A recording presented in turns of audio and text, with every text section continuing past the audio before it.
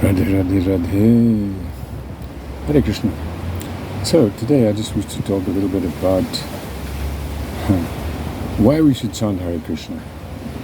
I remember when I was living in Johannesburg many years ago, I got an invitation to a Hare Krishna temple, and I liked the food. The food was amazing. It was on Govardhan Puja. I arrived there with this huge feast, and I remember I had so much to eat. I couldn't stand up. I was leaning against the wall, sitting on the floor. So that was Krishna's mercy to attract me. And I liked the pictures very much, but I didn't like chanting. I wasn't interested in chanting. So the years and years have passed, and of course now I'm chanting, but not with much taste, unfortunately. But why should we chant? Why should we chant Hare Krishna? And I remember when I was living there in Hillbrow, Johannesburg, I became aware, in a vague kind of way, that I wasn't my mind. I wasn't my mind. That I was something different from my mind. I could. In other words, it's kind of like watching a movie. Your mind is like showing you different pictures and saying different things. And you watch it. You're not the mind. You're different from the mind. So I had a little realization of that. And I also became aware that my mind was playing the same kind of movie. In other words, the same thoughts were going around and around in my head again and again. And I also noticed that those thoughts had a reaction. They produced an emotional result, and that emotional result wasn't happy. In other words, my thoughts were not making me happy. They were making me unhappy. And then along came this mantra, Hare Krishna mantra, and they were saying, well, you chant Hare Krishna and be happy. Life without anxiety. So I kind of thought to myself, what have I got to lose?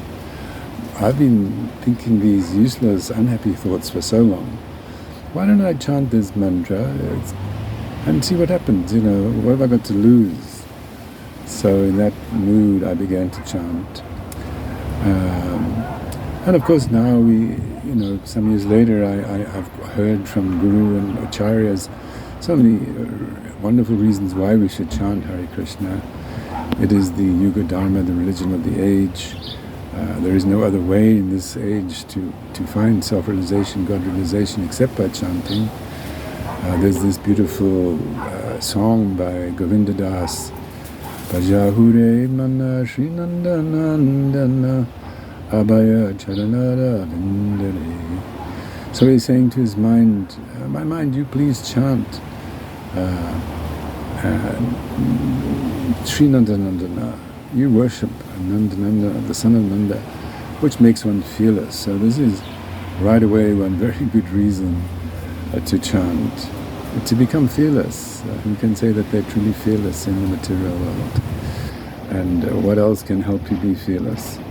So this is one good reason to chant, to become fearless. Of course, many, many reasons. So even in this life, what to speak of the afterlife, we can begin to experience the benefits of chanting the holy name. And under the guidance of Sri Guru and Gauranga, we can make advancement, different stages, as we know, Ado Shraddha, beginning with faith, then we begin to develop some Nishta, that is a later stage, unflinching faith, Ruchi, taste, and so on. So at different stages there are. But along the way we need all the encouragement, all the help we can get. And that of course can come from Guru himself and of course from other devotees. So I just find it so helpful when other devotees are supportive and encouraging and appreciative of whatever I might try to share on the path of devotion.